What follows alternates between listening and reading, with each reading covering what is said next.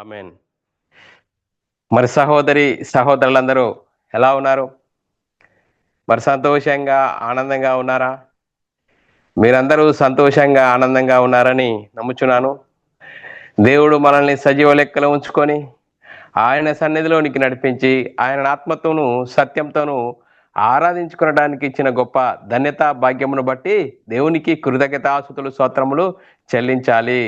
సహోదరులమైన మనము ఒకరికొకరు వందనములు చెల్లించుకోవాలని బైబిల్లోని ఆత్మనియమము సూచిస్తుంది.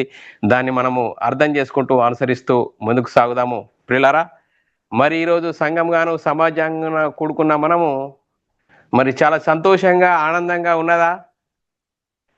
చాలా సంతోషంగా, ఆనందంగా ఉండాలి. చూడండి ప్రియులారా, మరి ఈరోజు సంఘానికి వస్తున్నామంటే చాలా ఆనందంతో మరి రావాల్సిన పరిస్థితి ఉన్నది ప్రియులారా. మరి ఎందుకు ఆనందంతో రావాల్సి ఉన్నది అంటే, ఈరోజు మరి చాలా అద్భుతమైన అంశము నేర్చుకుందాం పిల్లారా. యునైటెడ్ బైబిల్ అకాడమీ ద్వారా మరి ఇంత గొప్ప ధన్యత దేవుడు అనుగ్రహించినందుకు స్తోత్రాలు. మరి యునైటెడ్ బైబిల్ అకాడమీ పెద్దలు, దైవదాసులు, అలాగే ఫేస్బుక్ ద్వారా, యూట్యూబ్ ద్వారా వీక్షిస్తున్న సహోదరులకు క్రీస్తునామంలో వందనములు. పిల్లారా, మరి ఈరోజు సంఘంగాను, సమాజంగాను కూడుకున్న మనము చాలా అద్భుతమైన అంశము నేర్చుకుందాం పిల్లారా. ఈరోజు అంశము మేము సిలువ వేయబడిన క్రీస్తును ప్రకటించుచున్నాము అనే అంశము పిల్లారా. ఈరోజు అంశము మేము సిలువ వేయబడిన క్రీస్తును ప్రకటించుచున్నాము అనే అంశము పిల్లారా. మరి ఈ అంశానికి మూలవాక్యాన్ని మనం చదువుకున్నట్టయితే పిల్లారా, 1 కొరింథీయులకు రాసిన పత్రిక 1వ అధ్యాయం 22, 23 వచనాల్లో చాలా చక్కగా రాయబడిన వచనము చదువుకుందాం పిల్లారా. 1 కొరింథీయులకు రాసిన పత్రిక 1వ అధ్యాయం 22, 23 వచనం. యూదులు సూచక్రియలు చేయమని అడుగుచున్నారు, గ్రీసు దేశస్థులు జ్ఞానమును వెతుకుచున్నారు. 23వ వచనం, అయితే మేము సిలువ వేయబడిన క్రీస్తును ప్రకటించుచున్నాము. చూడండి మరి ఈ లేఖనమును మనము ఆలోచించినట్లయితే, యూదులు సూచక్రియలు చేయమని అడుగుచున్నారట, గ్రీసు దేశస్థులు జ్ఞానమును వెతుకుచున్నారట. మరి అపొస్తలుడైన పౌలు గారు కొరింథీ సంఘంతో మాట్లాడుతున్న, అయితే మేము సిలువ వేయబడిన క్రీస్తును ప్రకటించుచున్నాము. ప్రియులారా, మరి ఈ అంశంను ఎందుకు నేర్చుకోవాలి అనేది మనం ఆలోచన చేసినట్టయితే, చూడండి ప్రియులారా, సిలువను గురించి, సిలువ క్రైస్తవ్యంలో అత్యంత ప్రధానమైనది. సిలువ క్రైస్తవ్యంలో అత్యంత ప్రధానమైనది. క్రీస్తు సిలువ మరణ పునర్ధానమును గురించి మనము చాలా క్షుణ్ణంగా తెలుసుకొని, అర్థం చేసుకొని అనుసరించాలి పిల్లారా. మరి యేసుక్రీస్తు సర్వమానవాళి పాపముల కోసము సిలువపై మరణం పొందాడు పిల్లారా. చూడండి పిల్లారా, మరి సిలువ మరణము మరియు పునర్ధానము ద్వారా సర్వమానవాళికి పాపము నుండి విమోచన. చూడండి, సర్వమానవాళికి పాపము నుండి విమోచన, అపరాధములకు క్షమాపణ కలుగుట ద్వారా రక్షణ కలుగుతుంది. అపరాధములకు క్షమాపణ కలగడం ద్వారా రక్షణ కలుగుతుంది పిల్లారా. యేసుక్రీస్తు సిలువ బలియాగం ద్వారా క్రీస్తు త్యాగము, దేవుని ప్రేమ వెల్లడైంది పిల్లారా. చూడండి పిల్లారా, క్రీస్తు సిలువ బలియాగం ద్వారా క్రీస్తు ప్రేమ, క్రీస్తు త్యాగము, మరి దేవుని ప్రేమ వెల్లడైంది పిల్లారా. మరి ఇప్పుడు మనం నేర్చుకునబోయే సంగతి చాలా చక్కని మాటలు పిల్లారా. మరి ఈ అంశం గురించి మనం కొన్ని ప్రశ్నలు వేసుకున్నట్లయితే, అపొస్తలులు మరి సిలువ వేయబడిన యేసుక్రీస్తును ఎందుకు ప్రకటించారు? అపొస్తలులు సిలువ వేయబడిన యేసుక్రీస్తును ఎందుకు ప్రకటించారు అనేది ఒక 5 మాటలు మనం చూసుకున్నట్లయితే పిల్లారా, మరి ఈ మాటల గురించి మనం లేఖనాలలో చాలా క్షుణ్ణంగా నేర్చుకుందాం పిల్లారా. మరి దేవుని ప్రేమ క్రీస్తు సిలువలో వెల్లడైంది పిల్లారా. దేవుని ప్రేమ క్రీస్తు సిలువలో వెల్లడైంది ఒకటి. మరి క్రీస్తు త్యాగము, క్రీస్తు బలియాగము వెల్లడైంది పిల్లారా. క్రీస్తు త్యాగము మరి ఎందులో? క్రీస్తు బలియాగంలో వెల్లడైంది పిల్లారా. మరి 3వ వచనంలో అయితే క్రీస్తు సిలువను గురించిన వార్త రక్షణ ఉంది. క్రీస్తు సిలువను గురించిన వార్తలో ఏముంది? రక్షణ ఉంది పిల్లారా. మరి ఇంకా మనం ఆలోచన చేసినట్లయితే, క్రీస్తు సిలువ మరణము ద్వారా సర్వమానవాళికి పాప క్షమాపణ, రక్షణ, నిత్య జీవము కలుగుతుంది పిల్లారా. చూడండి, క్రీస్తు శిలువ మరణ పునరుద్ధానం ద్వారా సర్వమానవాళికి పాపక్షమాపణ, రక్షణ, నిత్య జీవము కలుగుతుంది పిల్లారా. మరి మనం ఆలోచన చేసినట్లయితే యూదులు దేని గురించి ఆలోచిస్తున్నారట? యూదులు యేసుక్రీస్తుని శిలువకు అప్పగించారు. మరి యూదులు యేసుక్రీస్తు శిలువకు అప్పగిస్తే దేవుడు ఏం చేశాడు? ఆయనను యేసుక్రీస్తును మరి దేవుడు ప్రభువుగాను క్రీస్తుగాను వారికి నియమించాడు పిల్లారా. మరి ఈ మాటల గురించి మనము లేఖనానుసారంగా చూసుకుందాం పిల్లారా. మరి ఈరోజు మేము సిలువ వేయబడిన యేసుక్రీస్తును ప్రకటించుచున్నామని అపొస్తలుడైన పౌలు గారు ఎందుకు చెప్తున్నాడు? యేసుక్రీస్తు ఎక్కడ ఉండేవాడు? ఎందుకు వచ్చాడు? యేసుక్రీస్తు ఈ లోకానికి వచ్చి ఏం చేశాడు?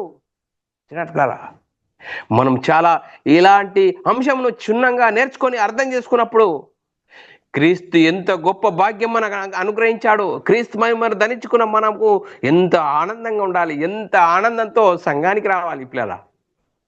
చాలా సంఘానికి రావాలంటే ఇలాంటి క్రీస్తు మరణ పునర్ధానం గురించి మనం క్షుణ్ణంగా తెలుసుకొని అర్థం చేసుకుంటే గంతులు వేసుకుంటూ మరి మరి సంఘానికి వస్తాం పిల్లరా.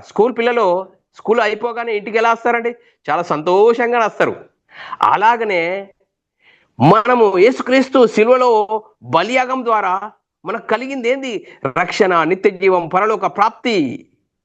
ఆ గొప్ప భాగ్యం మనకు అర్థమైతే సంఘానికి చాలా గంతులు వేసుకుంటూ వస్తాం పిల్లారా. అదే ఈరోజు మనము నేర్చుకుందాం పిల్లారా లేఖనానుసారంగా. మరి దేవుని ప్రేమ క్రీస్తు శిలువలో వెల్లడైంది. దేవుని ప్రేమ క్రీస్తు శిలువలో వెల్లడైంది పిల్లారా. ఒకటో యోహాను రాసిన పత్రిక 4వ అధ్యాయం 9వ వచనంలో రాయబడిన లేఖనం చదువుకున్నట్లయితే, మనము ఆయన ద్వారా జీవించున్నట్లు దేవుడు తన అద్వితీయ కుమారుని లోకంలోనికి పంపెను. దీని వలన దేవుడు మన యందు ఉంచిన ప్రేమ ప్రత్యక్షమాయను. చూడండి పిల్లరా, మనం ఆయన యందు జీవించున్నట్లు దేవుడు తన అద్వితీయ కుమారుని లోకంలోనికి పంపెను. దీని వలన దేవుడు మన యందు ఉంచిన ప్రేమ ప్రత్యక్షపరచబడ్డది. అంతేకాదు పిల్లారా, 2 కొరింథీయులకు రాసిన పత్రిక 5వ అధ్యాయం 19, 20, 21 వచనాల్లో అదే మనగా దేవుడు వారి అపరాధములను వారి మీద మోపక క్రీస్తునందు లోకమును తనతో సమాధానపరచుకునే వాళ్ళని ఆ సమాధాన వాక్యము మాకు అప్పగించానని అపొస్తలుడైన పౌలు గారు కొరింథీ సంఘంతో మాట్లాడుతున్నారు. సమాధాన వాక్యము, స్వార్థ సమాధాన వాక్యం కావున దేవుడు మా ద్వారా వేడుకొన్నట్లు మేము క్రీస్తుకు రాయబారులమై దేవునితో సమాధాన పడుడని క్రీస్తు పక్షాన మేము బతిమాలు కొనుచున్నాము అంటున్నాడు పిల్లరా. మనం ఏం చేయాలి? మనము కూడా క్రీస్తు పక్షమున బతిమాలుకోవాలి. ఎందుకనగా మనం ఆయన యందు దేవుని నీతి అగునట్లు పాపమెరుగని ఆయనను మన కోసము పాపముగా చేశాడు. చూడండి, మనము నీతిమంతులు కావడానికి పాపమెరుగని ఆయనను పాపముగా చేశాడట పిల్లరా. మరి మనం ఆలోచన చేద్దాం పిల్లరా. మరి యూదులు కూడా మరి యేసుక్రీస్తును శిలువకు అప్పగించారు. యేసును దుష్టుల చేతికి అప్పగించారు. మరి చూడండి పిల్లరా, దుష్టుల చేతికి అప్పగిస్తే దేవుడు ఆయనను ప్రభుగాను క్రీస్తుగాను నియమించాడు పిల్లరా. మరి అపొస్తలుల కార్యము 2వ అధ్యాయం 23వ వచనంలో దేవుడు నిశ్చయించిన సంకల్పమును ఆయన భవిష్యత్ జ్ఞానమును అనుసరించి అప్పగింపబడిన ఈయనను మీరు దుష్టుల చేతికి అప్పగించి సిలువ వేయించి చంపితిరి. కానీ మన దేవుడు ఏం చేశాడట? యూదులు సిలువ వేసిన యూదులు యేసుక్రీస్తు సిలువకు అప్పగిస్తే ప్రభుగాను క్రీస్తుగాను నియమించాడు. అపొస్తలుల కార్యం 2వ అధ్యాయం 30వ వచనంలో మీరు సిలువ వేసిన ఈ యేసునే దేవుడు ప్రభుగాను క్రీస్తుగాను నియమించును. ఇది ఇజ్రాయేలు వంశం అంతయు రుడిగా తెలుసుకొనవలెను. చూడండి పిల్లరా, ఇంకో మరి రెండో మాటగా క్రీస్తు త్యాగము బలియాగం ద్వారా వెల్లడైంది. క్రీస్తు త్యాగం ఎక్కడ వెల్లడైంది? క్రీస్తు బలియాగం ద్వారా వెల్లడైంది. 2 కొరింథీయులకు రాసిన పత్రిక 5వ అధ్యాయం 14, 15 వచనాల్లో క్రీస్తు ప్రేమ మమ్మలను బలవంతము చేయుచున్నది. ఎందుకు బలవంతం చేయుచున్నాయా పౌలు గారు అంటే చూడండి పిల్లరా, మరి లేఖనాలు చదువుకుందాం పిల్లరా. 2 కొరింథీయులకు రాసిన పత్రిక 5వ అధ్యాయం 14, 15 వచనంలో రాయబడిన మాట, క్రీస్తు ప్రేమ మమ్మలను బలవంతము చేయుచున్నది. ఏలయనగా అందరి కొరకు ఒకరు మృతి పొందెను కనుక అందరూ మృతి పొందిరనియు జీవించు వారిక మీదట తమ కొరకు కాక, చూడు, జీవించు వారిక మీదట తమ కొరకు కాక తమ నిమిత్త మృతి పొంది తిరిగి లేచిన వాని కొరకే జీవించుటకు ఆయన అందరి కొరకు మృతి పొందినని నిశ్చయించుకొనుచున్నాము. మనందరి కోసం యేసుక్రీస్తును సిలువలో బలియాగంగా గావించాడు. ఆ బలియాగం ద్వారా దేవుని ప్రేమ వెల్లడైపోయింది. చూడండి పిల్లరా, ఎంత గొప్ప భాగ్యం. యేసుక్రీస్తు శిలువలో కార్చిన రక్త ద్వారా యేసుక్రీస్తు బలియాగముల ద్వారా మనకెంత గొప్ప భాగ్యము అనుగ్రహింపబడ్డది. పిలిపిల రాసిన పత్రికలో రాయబడిన మాట 2వ అధ్యాయము 28వ వచనము. పిలిపిల రాసిన పత్రిక 2వ అధ్యాయం 8వ వచనము. మరియు ఆయన ఆకారమందు మనుషుడుగా కనబడి. చూడండి పిల్లరా, యేసుక్రీస్తు ఈ లోకానికి రాకముందు ఎక్కడ ఉండేవాడు? పరలోకములతో దేవునితో సమానుడుగా ఉన్న ఆయన మనందరి కోసము ఆయన శరీరం ధరించుకొని ఈ లోకానికి వచ్చాడు. మరియు ఆయన ఆకారమందు మనుషుడుగా కనబడి మరణము పొందునంతగా, అనగా శిలువ మరణము పొందునంతగా విధేయత చూపిన వాడై తన్ను తాను తగ్గించుకున్నాడండి. చూడండి, పరలోకంలో ఆయన దేవునితో సమానుడుగా ఉన్న ఆయన ఈ లోకానికి రావాల్సిన అవసరం ఏంటి అంటే, కాలము పరిపూర్ణమైనప్పుడు దేవుడు తన సొంత కుమారుని ఈ లోకానికి పాప శరీరాకారంతో పంపించాడు. ఎందుకో? ఏ ఒక్కరు నశించిపోవడానికి దేవునికి ఇష్టం లేదు. అందరూ అంతటా మారు మనసు పొందాలి. చూడండి, దేవుని ఇష్టాన్ని నెరవేర్చడానికి యేసుక్రీస్తు ఈ లోకానికి వచ్చి తన్ను తాను రిక్తునుగా శిలువ మరణం ద్వారా ఆయన శిలువ మరణం పొందడం ద్వారా తన్ను తాను తగ్గించుకొని శిలువలో మన కోసం బలియాగం గావించాడు పిల్లారా. అంతేకాదు, మరి సిలువను గురించి క్రీస్తు సిలువను గురించిన వార్తలో రక్షణ ఉంది. సిలువను గురించిన వార్తలో రక్షణ ఉంది. 3వ మాట చూసుకుందాం పిల్లారా. 1 కొరింథీయుల రాసిన పత్రిక 1వ అధ్యాయం 17-18 వచనాలు చదువుకున్నట్లయితే, బాప్తీసం ఇచ్చుటకు క్రీస్తు నన్ను పంపలేదు కానీ. చూడండి పిల్లారా, అపోస్తలుడైన పౌలు గారు కొరింథీ సంఘంతో మాట్లాడుతున్నాడు. బాప్తీసం ఇచ్చుటకు క్రీస్తు నన్ను పంపలేదు కానీ క్రీస్తు యొక్క శిలువ వ్యర్థం కాకుండాన్నట్లు వాక్చాతుర్యం లేకుండా సువార్త ప్రకటించడానికి ఆయన నన్ను పంపెను. చూడండి పిల్లరా, ఈరోజు క్రైస్తవ సమాజంలో వాక్చాతుర్యంతో శిలువను గురించి చెప్తున్నారు. ఇక్కడ పౌలు గారు ఏమంటాడు? వాక్చాతుర్యం లేక సువార్తను ప్రకటించుటకు ఆయన నన్ను పంపెను. శిలువను గురించిన వార్త నశించుచున్న వారికి వెర్రితనముగా కనబడుతున్నది. రక్షింపబడుతున్న మనకు దేవుని శక్తి. చూడండి పరా, శిలువను గురించిన వార్త నశించుచున్న వారికి ఏం పని లేదండి. వారు అలానే చెప్తారండి అనే వారు నశించిపోయేవారు. చూడండి, నశించుచున్న వారికి వెర్రితనంగా కనబడుతున్నది క్రైస్తవుని శిలువ. యేసుక్రీస్తు శిలువలో ఎందుకు మరణించాడు?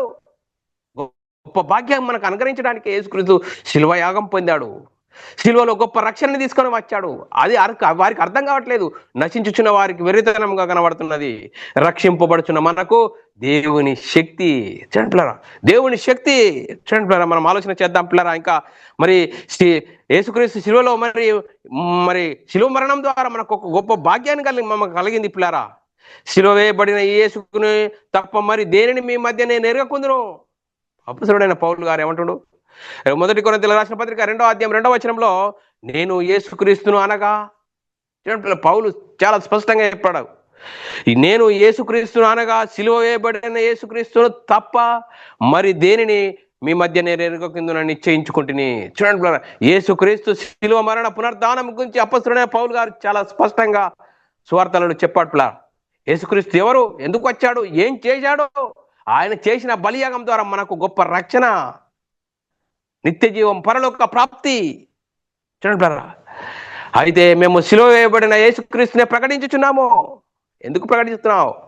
1 కొరింథీయుల రాసిన పత్రిక 1వ అధ్యాయము 23-24 అయితే మేము శిలువ వేయబడిన క్రీస్తును ప్రకటించుచున్నాము. ఆయన యూదులకు ఆటంకంగాను, యేసుక్రీస్తు యూదులకు ఆటంకంగా ఉన్నాడట, అన్య జనులకు వెర్రితనముగా ఉన్నాడు. గాని యూదులకేమి గ్రీక్ దేశస్థులకేమి పిలువబడిన వారికి క్రీస్తు దేవుని శక్తి అయి ఉన్నాడు, దేవుని జ్ఞానమై ఉన్నాడు. పిలువబడిన వారికి దేవుని శక్తి, దేవుని జ్ఞానము. పిల్లరా, ఇది మనకు ఎప్పుడు అర్థమవుతుంది పిల్లరా? ఆ యేసుక్రీస్తు ఈ లోకానికి వచ్చి ఏం చేశాడు? మరణమును నిరర్ధకం చేశాడు, జీవమును అక్షయతను సువార్త వలన వెలుగులోనికి తీసుకొని వచ్చాడు. చూడండి పిల్లరా, యేసుక్రీస్తు ఈ లోకానికి వచ్చి ఏం చేశాడు? ఏం తీసుకొని వచ్చాడు? మరణము. ఏ మరణం అండి? భౌతిక మరణము, శరీర మరణము. పుట్టినవాడు గిట్టక మానడని ఈ లేఖనం చెప్తుంది పిల్లారా. ప్రతి ఒక్కడు భూమి మీద పుడుతున్నామంటే మరణము తప్పనిసరి ఉంటుంది. కానీ యేసుక్రీస్తు వచ్చి ఏం చేశాడు? మరణం నిరర్థకం చేశాడు. ఏ మరణం అండి? ఆ 2వ మరణం, ఆత్మ మరణము. జీవించుచున్నావన్న పేరు మాత్రం మృతులుగా జీవిస్తున్న ఈ తరుణంలో యేసుక్రీస్తు ఈ లోకానికి వచ్చి మరణం నిరర్ధకం చేశాడు. చూడండి పిల్లరా, 2 తిమోతి రాసిన పత్రిక 1:10 క్రీస్తు యేసు మన రక్షకుని ప్రత్యక్షత వలన బయలుపరచబడినది యునైనా తన కృపను బట్టి మనలను రక్షించి పరిశుద్ధమైన పిలుపుతో ఆయన మనల్ని పిలిచెను. ఆ క్రీస్తు యేసు మరణమును నిరర్ధకం చేసి జీవమును అక్షయతను సువార్త వలన వెలుగులోనికి తీసుకొని వచ్చాడు. చూడండి ఆయన మరణమును నిరర్ధకం చేసి జీవమును అక్షయతను సువార్త వలన వెలుగులోనికి తీసుకొని వచ్చాడు. చూడండి ఆ వెలుగులోనికి తీసుకొచ్చి వచ్చాడు. మరి ఇంకా మనం ఆలోచన చేసినట్లయితే 1 కొరింథీయుల రాసిన పత్రిక 1:26-29 చాలా చక్కగా రాబడ్డది. సహోదరులారా, మిమ్మును పిలిచిన ఆ పిలుపును చూడండి. మీలో లోకరీతిగా జ్ఞానులైనను గనులైనను గొప్ప వంశం వారినైనను అనేకులను పిలువబడలేదు గాని, చూడండి లోకంలో ఉన్నవారిని గనులైనను జ్ఞానవంతులను పిలువరాలేదు గాని అని చెప్తున్నా. చూడండి పిల్లరా, గొప్ప వంశం వారిని అనేకులను పిలువబడలేదు కానీ ఏ శరీరియో దేవుని ఎదుట అతిశయింపకుండునట్లు. చూడండి పిల్లరా, ఎవరే కానీ దేవుని ఎదుట అతిశయింపని వారిని దేవుడు పిలిచాడట. జ్ఞానులను సిగ్గుపరచుటకును లోకంలో నుండి వెర్రి వారిని దేవుడు ఏర్పరచుకొని ఉన్నాడు. లోకంలో వెర్రి వారిని వీటితో ఏం కాదు అనే లోకము అంటుంది, కానీ వారిని ఏర్పరచుకున్నాట. బలవంతులైన వారిని సిగ్గుపరచుటకు లోకంలో బలహీనులైన వారిని దేవుడు ఏర్పరచుకున్నాట. చూడండి బ్రదరా, లోకంలో మాకే ఉన్నది బలము అనే వారిని దేవుడు విడిచిపెట్టాడు. బలహీనులమైన వారిని దేవుడు ఏర్పరచుకున్నాడట. ఎన్నికైన వారిని వ్యర్థం చేయుటకు లోకంలో నీచులైన వారిని, తృణీకరింపబడిన వారిని, ఎన్నిక లేని వారిని దేవుడు ఏర్పరచుకున్నాడు. చూడండి పిల్లరా, లోకంలో వాడితో ఏం పని అవుతుందిరా బాబు, వాడితో ఏం పని అది అనే వారిని దేవుడు పట్టుకున్నాడట. చూడండి పిల్లరా, అందుకంటే ఏ శరీరియు దేవుని ఎదుట అతిశయింపని వారిని, చూడండి మనం తగ్గించుకునే విధంగా మరి యేసుక్రీస్తు ఎదుకు వచ్చి తగ్గించుకునే స్వభావము. ఏ శరీరు దేవుని ఎదుట అతిశయింపని వారికి, నాకు లోకంలో అంతా తెలుసు అనే వారిని దేవుడు తృణీకరించాడట. నాకు అంత బలమున్నది, నాకే బలమున్నది అనే వారిని తృణీకరించాడట. బలహీనులైన వారిని, ఏమి తెలియని వారిని, లోకం వారితో ఏం కాదు అనే వారిని దేవుడు ఏర్పరచుకున్నాడు. చూడండి పిల్ల, ఎంత గొప్ప భాగ్యం పిల్లారా. మరి యేసుక్రీస్తు సిలువలో ఏముంది? రక్షణ. ఆ రక్షణ ఉంది. దేనికి రక్షణ? శరీరానికా? లేదు పిల్లారా, శరీరానికి కాదు, ఆత్మరక్షణ, నిత్య జీవము, పరలోక ప్రాప్తి. చూడండి పిల్లరా, ఈ శరీరం కోసము రక్షణ కోసమని చాలా మంది చెప్తున్నారు. యేసుక్రీస్తు యొద్దకు రండి, శరీర సంబంధంగా భౌతిక సంబంధంగా మీకేమి లేదా కలుగుతాయని చెప్తున్నారు. అలాంటి బోధ కాదు. యేసుక్రీస్తు వచ్చింది ఆత్మరక్షణ, నిత్య జీవము, పరలోక ప్రాప్తి. యేసుక్రీస్తు ఈ లోకానికి వచ్చింది ఆత్మరక్షణ కోసం వచ్చాడు. యేసుక్రీస్తు శిలువలో బలియాగం గావించి మన గొప్ప రక్షణ తీసుకొచ్చాడు. ఆ రక్షణ మనకు అర్థమవుతుందా? దేనికయ్యా రక్షణ? శరీరానికి కాదు, ఆత్మరక్షణ, నిత్య జీవము, పరలోక ప్రాప్తి. ఇంత గొప్ప భాగ్యాన్ని మనకు అర్థం కాకుండా మనం ఎందుకు సంఘానికి వస్తున్నాం? సంఘంలో ఏం చెప్పబడుతుంది? యేసుక్రీస్తు మరణ, సమాధి, పునరుద్ధానం గురించి సువార్తను ప్రకటించబడుతుందా? ఆ సువార్తలో ఉంది దేవుని శక్తి. ఆ దేవుని శక్తి ఏం చేస్తుంది? మనమై ఉన్న ఆత్మను రక్షింపజేస్తుంది. అందుకోసమే అపొస్తలులు చాలా స్పష్టంగా యేసుక్రీస్తు మరణ, సమాధి, పునరుద్ధానం గురించి చాలా స్పష్టంగా చెప్పారు పిల్లరా. క్రీస్తు శిలువ మరణ పునరుద్ధానం ద్వారా సర్వమానవాళికి పాపక్షమాపణ, రక్షణ, నిత్య జీవము కలుగుతుందని అపొస్తలులు చాలా స్పష్టంగా చెప్పారు పిల్లరా. లేఖనాలు చూద్దాం. అపొస్తల కార్యం 4:12 మరియు ఎవని వలన రక్షణ కలగదు. చూడండి పిల్లరా, మరి ఎవని వలన రక్షణ కలగదు?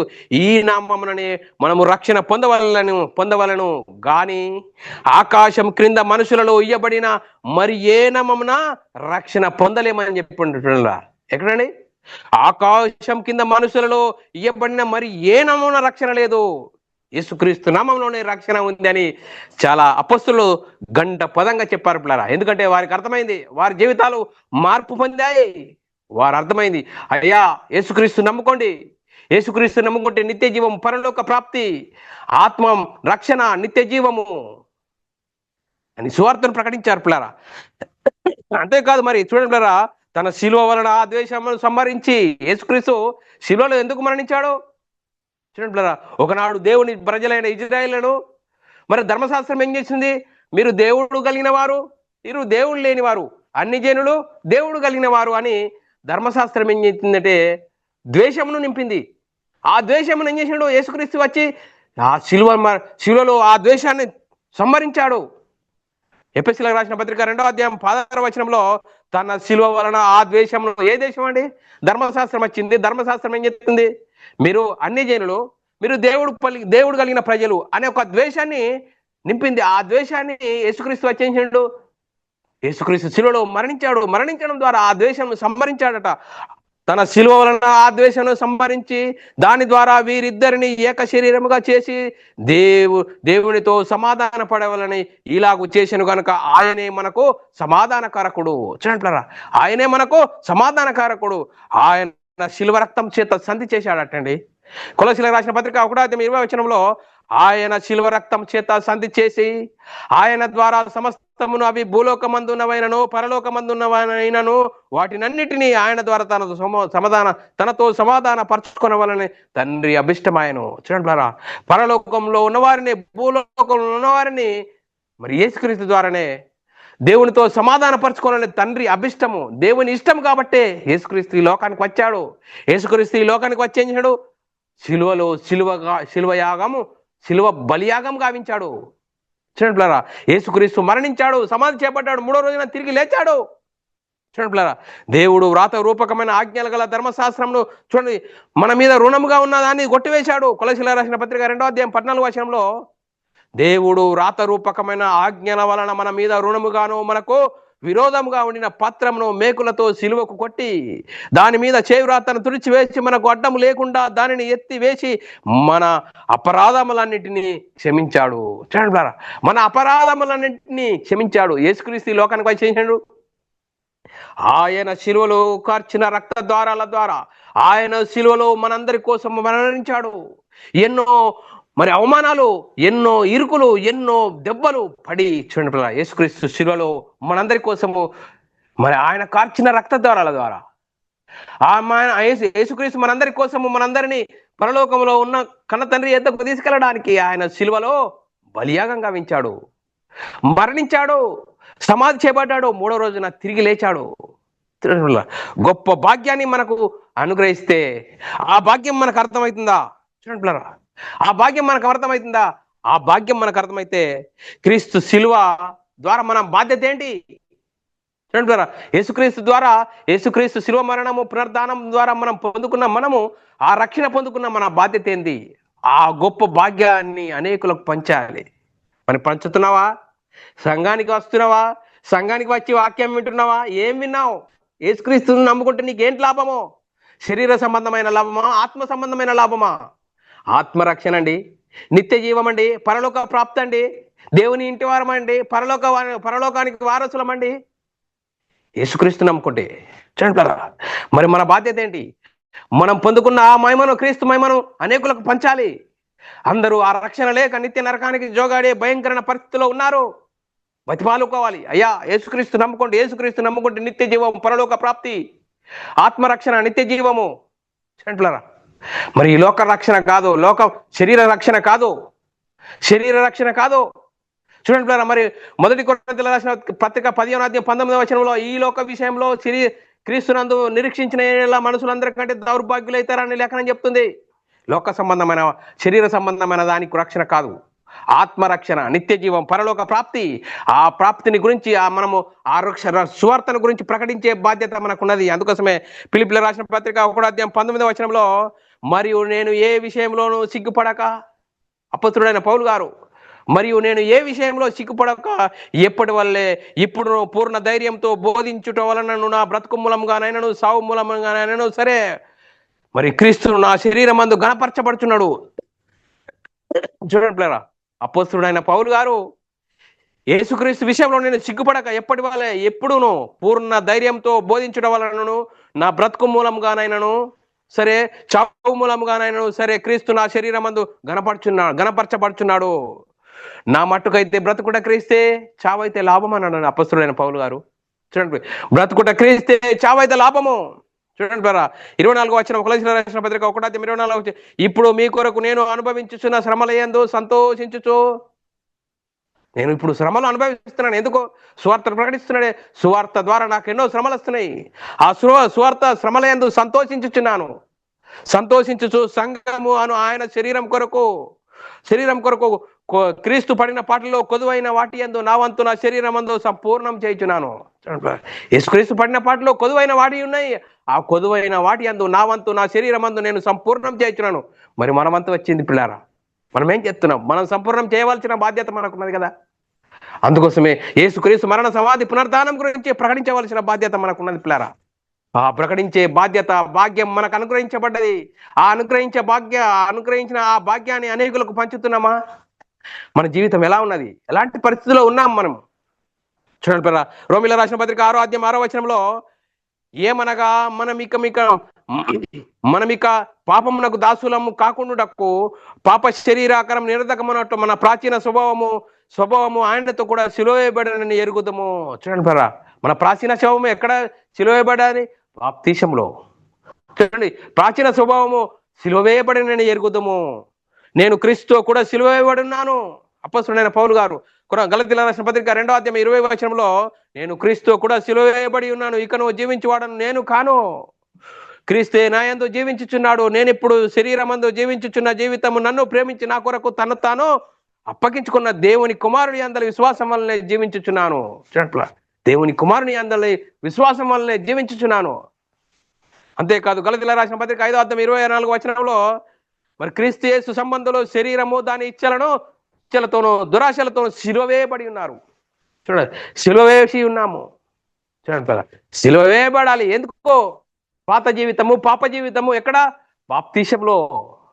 బాప్తీసంలో నువ్వు సరి అయిన బాప్తీసం తీసుకుంటే నీ పాత జీవితం బాప్తీసంలో పాతి పెట్టబడుతుంది. నూతన జీవితం తిరిగి లేవడం ద్వారా నూతన జీవితము క్రీస్తు ద్వారా క్రీస్తు మహిమను ధరించుకుంటావు. మహిమను ధరించుకుని సంఘంలో చేర్చబడతావు. సంఘం ద్వారా అపొస్తలుల బోధ యందు, సహవాసమందును, రొట్టె విరుచుట యందును ఎప్పుడు దినదినము నువ్వు రూపాంతరం చెందుతావు. గలతీయులకు రాసిన పత్రిక 6:14 అయితే మన ప్రభు అయిన యేసుక్రీస్తు సిలువ యందు తప్ప. చూడండి, అపొస్తలుడైన పౌలు గారు చాలా చక్కగా చెప్పాడు. మన ప్రభు అయిన యేసుక్రీస్తు సిలువ యందు తప్ప మరి దేని యందు అతిశయించుట నాకు దూరమవును గాక. చూడు, సిలువ యందు తప్ప నాకు అతిశయించుట దూరమవును గాక. దాని వలన నాకు లోకమునకు నేను సిలువ వేయబడి ఉన్నాను. సిలువ వేయబడి ఉన్నాను. ఎప్పుడైతే మనము పాత జీవితము ఈ శరీరంలో పాప స్వభావం ఉన్నది. ఈ పాప స్వభావం ఎక్కడ? సిలువలో, మరి బాప్తీసంలో సిలువ వేయబడుతుంది, మరణించడం జరుగుతుంది. తిరిగి లేవడం ద్వారా నూతన జన్మ, క్రీస్తు మహిమను ధరించుకుంటావు. క్రీస్తు మహిమను ధరించుకున్నప్పుడు నువ్వు సంఘంలో చేర్చబడతావు. సంఘంలో చేర్చబడి నీవు అపొస్తలుల బోధ యందును, సహవాసమందును, రొట్టె విరుచుట యందును ఎడత సహవాసం ద్వారా ఏమైతుంది? మహిమ నుండి అధిక మహిమకు, ఘనత నుండి అధిక ఘనతకు రూపాంతరం చెందుతావు. చూడండి, ఇంత గొప్ప భాగ్యం నాకు అర్థమవుతుందా? అర్థం కాక కొంతమంది క్రీస్తు సిలువకు శత్రువులుగా తయారవుతున్నారట. చూడండి, ఎలాగా శత్రువులు అవుతారు? యేసుక్రీస్తు మరణ సమాధి పునరుద్ధానం గురించి మనం అర్థం చేసుకోవాలి. యేసుక్రీస్తు ఎవరు? ఎందుకు వచ్చాడు? ఏం చేశాడు? ఆయన చేసిన బలియాగం ద్వారా మనకు గొప్ప రక్షణ. దేనికి రక్షణ? ఆత్మక శరీరానికి ఆత్మరక్షణ. అర్థమవుతుందా? అర్థం చేసుకొని మనం జీవించాలి. చూడండి బ్రదర్, అందుకోసమే ఆ అర్థం కాని వారు కొంతమంది క్రీస్తు సిలువకు శత్రువులయ్యారట. ఫిలిప్పీయులకు రాసిన పత్రిక 3:18-19 అనేకులు క్రీస్తు సిలువకు శత్రువులుగా నడుచుకొనుచున్నారు. చూడండి, ఎందుకు నడుచుకుంటున్నారు? వారికి అర్థం కాలేదు. ఏదో నామకార్థంగా నేను క్రైస్తవుని, రోజు ఆదివారం సంఘానికి వెళ్ళాలి, పాట పాడాలి, కానుక వేయాలి, వచ్చిన పని నాకు నేను చేసుకోవాలి అనే విధంగా వారు తయారయ్యారు. అలా కాకూడదు అంటున్నట్టు పిల్లరా. అనేకులు క్రీస్తు సిలువకు శత్రువులుగా నడుచుకున్నారు. వీరిని గురించి మీతో అనేక పర్యాయములు చెప్పి ఇప్పుడు నువ్వు ఏడ్చుచూ చెప్పుచున్నాను. అపొస్తలుడైన పౌలు గారు ఏడ్చు చెప్పే పరిస్థితి ఎందుకు వచ్చింది? చూడండి బ్రదర్, ఏడ్చుచ్చి చెప్తున్నాను. చూడండి బ్రదర్, ఏం చెప్తున్నాడు? నాశనమే వారి అంతము, వారి కడుపే వారి దేవుడు. చూడండి బ్రదర్, నాశనమే వారి అంతమాట, వారి కడుపే వారి దేవుడట. వారు సిగ్గుపడవలసిన సంగతుల యందు అతిశయించుచున్నారు. అతిశయించున్నారు. భూ సంబంధమైన వాటి అందే మనసుంచుచున్నారట. చూడండి బ్రదర్, భూ సంబంధమైన వాటి అందే మనసు ఉంచున్నారు. అందుకోసమే అపొస్తలుడైన పౌలు గారు, అయ్యో నేను సువార్త ప్రకటించకపోయిన నాకు శ్రమ. చూడు, అందుకోసమే ఒక పట్టణానికి వెళ్ళి సువార్త ప్రకటించాడు. తిరిగి వచ్చేవారికి వెళ్ళి మళ్ళా తిరిగిపోవడం చూడగా, అయ్యో మీరు తిరిగిపోవడం చూడ నాకు బాధ కలుగుతున్నది అంటున్నాడు అపొస్తలుడైన పౌలు గారు. చూడండి ప్రియులారా, ఎంత భయంకరమైన పరిస్థితిలో క్రైస్తవ సమాజం మొదటి శతాబ్దంలో ఉన్నది. ఇప్పుడు ఎలాంటి పరిస్థితిలో ఉన్నాం ఆలోచన చేసుకోవాలి. క్రీస్తు మహిమను ధరించుకున్న మనము మన బాధ్యత ఏంటి? ఆ బాధ్యతను ప్రకటించాలి. యేసుక్రీస్తు వచ్చి ఏం చేశాడు? మరణం నిరర్ధకం చేశాడు, జీవమును అక్షయతను సువార్త వలన వెలుగులోనికి తీసుకొచ్చిన ఆ సువార్తను ప్రకటించాయా? యేసుక్రీస్తు మరణ సమాధి పునరుద్ధానం గురించి నేడు సంఘాలలో ప్రకటించబడుతుందా? మనుషుల సాక్ష్యాలు చూడండి. ఈరోజు మనుషుల సాక్ష్యాలు ఇప్పుడు నేను ఈరోజు అర్ధగంట చెప్తా, మళ్ళీ వచ్చే వారం ఇంకో అర్ధగంట చెప్తాడు. ఎందుకు నీ సాక్ష్యం? యేసుక్రీస్తుని గురించి చెప్పు. యేసుక్రీస్తు ఎవరు, ఎందుకు వచ్చాడు, ఏం చేశాడో, శిలువలో మరణించడం, తిరిగి లేవడం తర్వాత ఏం జరిగింది, ఆ రక్షణ గురించి చెప్పు. నిత్య జీవం, పరలోక ప్రాప్తి, దాని గురించి చెప్పాలా? మరి దేని గురించి చెప్తున్నాం? ఆలోచన చేయాలి. అందుకోసమే అపొస్తలుడైన పౌలు గారికి చాలా ఏడ్చుచు చెప్పే పరిస్థితి మొదటి శతాబ్దంలో ఏర్పడ్డది. చూడండి, ఈరోజు మనము క్రీస్తు మహిమను ధరించుకున్న మనము యేసుక్రీస్తు మరణ సమాధి పునరుద్ధానం గురించి సువార్తను ప్రకటించాలి. ఆ సువార్తలో ఉంది దేవుని శక్తి. ఆ దేవుని శక్తి నేను మనమై ఉన్న ఆత్మను రక్షింపజేస్తుంది. చూడు, నశించుచున్న వారికి వెరితనముగాను రక్షింపబడుతున్న మనకు దేవుని శక్తి, ఆ దేవుని శక్తిని గురించి ప్రకటించవలసిన బాధ్యత మనకు లేదా? ఉన్నది పిల్లారా. అందుకోసమే చూడండి పిల్లారా, మరి ఇంకా మనం ఆలోచన చేసినట్లయితే మొదటి శతాబ్దంలో యేసుక్రీస్తు మరణ సమాధి గురించి సువార్తను ప్రకటిస్తున్నప్పుడు ఏ విధంగా మరి వారు స్పందించారు? అపొస్తలుల కార్యము 2వ అధ్యాయం 37-38 వచనంలో, వారు ఈ మాటలు విని సువార్తను విన్న తర్వాత విని హృదయంలో నొచ్చుకున్నారట. సువార్తను విన్న తర్వాత హృదయాలు నొచ్చుకున్నారట. చూడండి పిల్లరా, సహోదరులారా మేమేమి చేతుము? పేతురును కడమ అపొస్తలులను అడగా పేతురు, మీరు మారు మనసు పొంది. చూడండి, మీరు మారు రూపాలు పొందడు కాదని నేను చెప్పలేదు, మారు మనసు. చూడండి, యేసుక్రీస్తు ఏదోకి వస్తే మనసు మారాలి, రూపం మారుడు కాదు, మనసు మారాలి. మీరు మారు మనసు పొంది పాప క్షమాపణ నిమిత్తం ప్రతి వాడు యేసుక్రీస్తు నామములో బాప్తిసం పొందాలని చెప్తున్నది పిల్లరా. మొట్టమొదటిగా అపొస్తలుడైన పేతురు గారు మరి పరిశుద్ధాత్మ పొందుకున్న తర్వాత మొట్టమొదటి ప్రసంగంలో ప్రసంగిస్తున్నప్పుడు ఆయన చాలా సంఘానికి ఆజ్ఞించాడు, మీరేం చేయాలా? ప్రతి పాపక్షమాపణ నిమిత్తం ప్రతి వాడు యేసుక్రీస్తు నామంలో బాప్తిసం పొందుడి, అప్పుడు మీరు పరిశుద్ధాత్మను వరము పొందుదురు.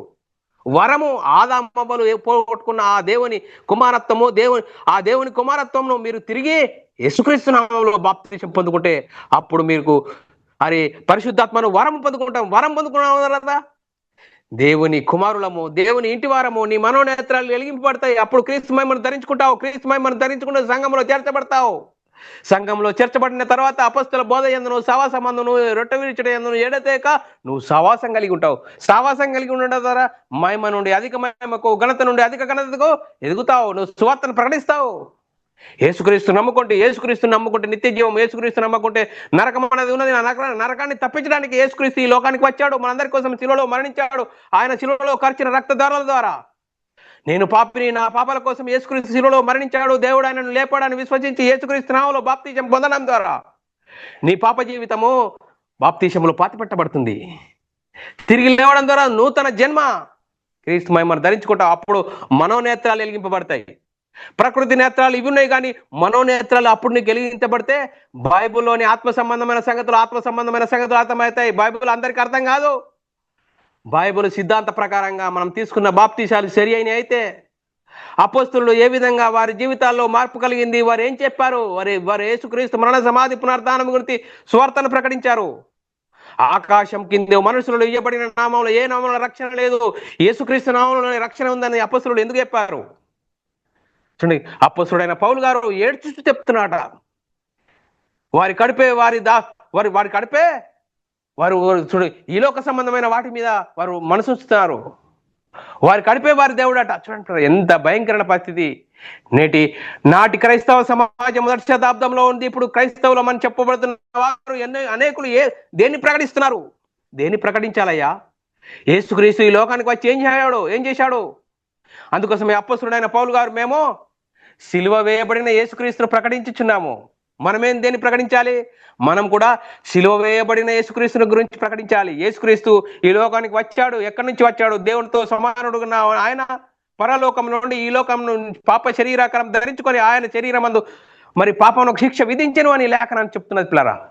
ఆయన శిలువలో మనందరి కోసము మరి మరణించాడు, శిలువ వేయబడ్డాడు, ఆయన మనందరి కోసం రక్తం కార్చాడు, మరణించాడు, సమాధి చేయబడ్డాడు, 3వ రోజున తిరిగి లేచాడు, పరలోకానికి వెళ్ళాడు, పరలోకంలో ఉన్న పరిశుద్ధాత్మను పంపించి ఆ పరిశుద్ధాత్మను పొందుకున్న 12 మంది యేసుక్రీస్తు మరణ సమాధి పునరుద్ధానం గురించి సువార్తను ప్రకటించారు.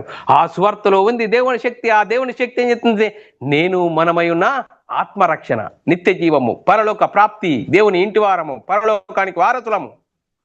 ఆ గొప్ప మహిమను మనకు అర్థం కాకుండా సాతాను ఏం చేసిండు? శరీరాశ, నేత్రాశ, జీవడంబాన్ని చూపెట్టి ఈ లోక సంబంధమైన వాటిని చూపెడుతున్నాడు. నువ్వు క్రైస్తవుడవే, నువ్వు పో, సంఘానికి వెళ్ళు, పాట పాడు, కానుక వేయు, నీ పని నువ్వు వేసుకో. చూడండి, ఎంత భయంకరమైన పరిస్థితిలో మనోనేత్రాలు గుడితనంగా వేసి నువ్వు పాట పాడు, కానుక వేయు, నువ్వు బైబిల్ చదువు, కానీ నీకు అర్థం కాదు. యేసుక్రీస్తు మరణ సమాధిని గురించి సువార్తను ప్రకటించకు. దాని గురించి ప్రకటించట్లేదు ఈరోజు. సాతాను ఏ విధంగా మరి భయంకరమైన పరిస్థితిని అనేకులను వాని పరిచారకులు, నీతి పరిచారకుల వేషం వేసుకొని సంఘంలో డంపు చేశాడు. సాక్ష్యాలు చెప్తున్నారు. సాక్ష్యాలు ఎందుకు? సాక్ష్యాలు దేని గురించి సాక్ష్యం? ఒక పాపిని గురించి సాక్ష్యమా? యేసుక్రీస్తు మరణ సమాధిని గురించి సాక్ష్యం చెప్పు. యేసుక్రీస్తు ఎవరు? ఎందుకు వచ్చాడు? ఏం చేశాడు? మరణించిన తర్వాత మనకేం కలిగింది? యేసుక్రీస్తు నమ్ముకుంటే ఏంటి లాభం? ఆత్మరక్షణ, నిత్య జీవం, పరలోక ప్రాప్తి, దాని గురించి ప్రకటించి అపొస్తలులు ప్రకటించారు. దాని గురించే అపొస్తలులు వారు చిరశిరను అమ్మి వారు ప్రాణత్యాగం చేశారు, హతసాక్షులయ్యారు. యేసుక్రీస్తు మరణ సమాధిని గురించి సువార్తను ప్రకటించారు. ఆ సువార్తను ప్రకటించడం ద్వారా వారు ఎన్నో ఇరుకులు, ఇబ్బందులు అవన్నిటినీ ఎదుర్కొన్నారు. అపొస్తలుడైన పౌలు గారు చూడండి, ఏడ్చు చెప్తున్నాట, సిలువను గురించి శత్రువులుగా తయారైనట. చూడండి, యేసుక్రీస్తు మరణ సమాధిని గురించి చెప్పాయి అంటే లోక సంబంధమైన, ప్రకృతి సంబంధమైన వాటిని గురించి చెప్తున్నారు. పాత నిబంధన చరిత్రలు చెప్తున్నారు. చరిత్రలో చెప్తే ఏంటి లాభము? వినుట వలన విశ్వాసం కలుగును, వినుట యేసుక్రీస్తు మాటల గురించే కలుగును. యేసుక్రీస్తు మరణ సమాధి పునరుద్ధానం గురించి సువార్తను ప్రకటించాలి. ఆ సువార్తలో ఉంది దేవుని శక్తి. ఆ దేవుని శక్తిని గురించి ప్రకటించకుండా లోక సంబంధమైన చరిత్రలు అవన్నీ చెప్తే ఏంటి లాభం? ఏమన్నా లాభమా? సాతాను అందుకోసమే అనేకులను వాడి పరిచారకుల వేషం ధరించుకొని, నీతి పరిచారకుల వేషం ధరించుకొని సంఘంలో డంప్ చేశాడు. అయ్యగారు చాలా పెద్దోడండి, 100 సంఘాలు ఉన్నాయండి. 100 సంఘాలు ఉంటే ఏంటి లాభము? యేసుక్రీస్తు మరణ సమాధి పునరుద్ధానం గురించి సువార్తనే ప్రకటించడం లేదు, ఏం లాభము? చూడండి, ఏం లాభము? చూడండి, ఎంత భయంకరమైన పరిస్థితిలో ఉన్నది. 100 సంఘాలను పెద్ద అయ్యగారండి. ఏంటి అయ్యగారు? చూడండి, ఆ అయ్యగారు ఎవరో? యేసుక్రీస్తు మరణ సమాధి పునరుద్ధానం గురించి ప్రకటించే వారే క్రైస్తవులు. ఆయనే సేవకుడు. ఆయన కొద్ది మంది ఉన్నా సరే కానీ యేసుక్రీస్తు మరణ సమాధి పునరుద్ధానం గురించి సువార్తను ప్రకటించాలి. ఆ సువార్తలో ఉంది దేవుని శక్తి. ఆ దేవుని శక్తిని గురించి ప్రకటించిన వారే క్రైస్తవులు. ఆ అందులోనే ఉంది దేవుని రక్షణ. ఆ రక్షణను ప్రకటించే వారంగా ఉన్నామా? లేదు, లోక సంబంధమైన వాటిని గురించి ప్రకటిస్తున్నావా? లోక సంబంధమైన వాటిని గురించి చెప్పేవాడు ఎవడో? సాతాను. వాడి మాటలు వింటున్నావా? వాడి భ్రమలో ఉంటున్నావా? వాడికి సిద్ధపరిచిన నరకం తప్పదు. లేదండి, యేసుక్రీస్తు మరణ సమాధి గురించి సువార్తను వింటున్నానండి. ఆ సువార్తలో ఉంది రక్షణ, నిత్య జీవం, పరలోక ప్రాప్తి, దేవుని ఇంటి వారమయ్యే గొప్ప ధన్యత ఉన్నది. ఆ భాగ్యాన్ని మనం అర్థం చేసుకొని మనమందరము దేవునికి మేము తెచ్చేవారంగాను, ఘనత తెచ్చేవారంగా ఉంటూ ముందుకు సాగుదాము. పిల్లారా మరి అపొస్తలుడైన పౌలు గారు ఎందుకు మేము సిలువ వేయబడిన యేసుక్రీస్తు గురించి ప్రకటిస్తున్నామని ఎందుకు చెప్తున్నాడు అంటే చూడండి పిల్లారా, మరి అందులోనే ఉంది రక్షణ. ఆ రక్షణను అర్థం చేసుకొని మన ఆత్మీయ జీవితం సరిదిద్దుకుంటూ మనమందరము దేవునికి మేము తెచ్చేవారంగాను, ఘనత తెచ్చేవారంగా ఉంటూ ముందుకు సాగుదాం. ఇంతవరకు చెప్పబడిన లేఖనం ప్రతి ఒక్కరి హృదయంలో నీరు గట్టి ఫలింపజేయను గాక. ఆమెన్. అందరికీ వందనములు, దేవునికి స్తోత్రాలు.